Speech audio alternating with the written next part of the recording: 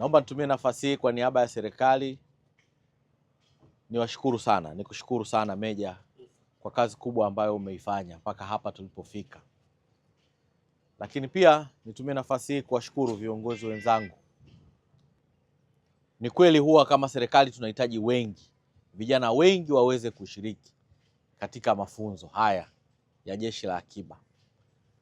Lakini nipende kushukuru kwa Rais wetu wa Jamhuri ya Muungano wa Tanzania, lakini pia na mkuu wa majeshi, ambapo wao wametengeneza utaratibu mzuri. Lakini haya mafunzo kwetu sisi kama vijana, amesema hapa Meja ambayo ni mkuu wetu wa mafunzo, kwamba yanakwenda kutusaidia kwenye mambo mengi. Kwanza kwenye usalama wetu, kwenye ulinzi wa nchi yetu, kwenye ulinzi wa mitaa yetu. Lakini jambo lingine, mnapokuwa kwenye mafunzo kama haya, mnajifunza masuala ya uzalendo, mnajifunza mambo ya nchi yenu. Katika kipindi hiki chote cha mafunzo tutashirikiana, nikuhakikishie tutashirikiana. Na yale mahitaji ambayo umeyaleta tutayafanyia kazi. Lakini kwenye t-shirt mtaniletea size. Sawa? Mtaniletea size, ni t-shirt size gani na size gani zinatakiwa, na t-shirt ngapi zinatakiwa, na rangi gani inatakiwa, na aina gani ya t-shirt inatakiwa, na sisi tutazileta.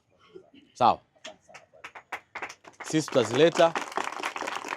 Tunashirikiana na mkurugenzi wetu wa halmashauri ya jiji la Dar es Salaam kuhakikisha tunazileta hizo t-shirt kwenu. Awi? Na changamoto zingine zote ambazo tutaendelea kuwasiliana kuona tunamaliza. Lakini pia katika kipindi cha kumaliza huwa wanahitaji uniform. Na nikuhakikishie katika kipindi hicho kama halmashauri ya jiji la Dar es Salaam tutawahakikisha wote tunawanunulia uniform. Hivyo niwaombe kila mmoja aweke jitihada kwenye haya mafunzo. Lakini baada ya mafunzo na katika kipindi cha mafunzo tunawaombeni maadili yenu yawe mazuri. Mkamalize mafunzo haya vizuri. Mkawasikilize walimu wenu chini ya mkufunzi wetu. Awi? Ili tutakapokwenda kuungana na wilaya zingine, wanaotoka Ilala waonekane wako smart.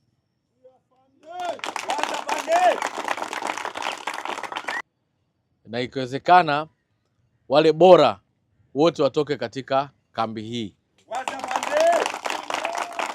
Basi niwashukuruni sana. Mara baada ya kusema hayo nitamke rasmi kuyafungua mafunzo haya. Asante sana.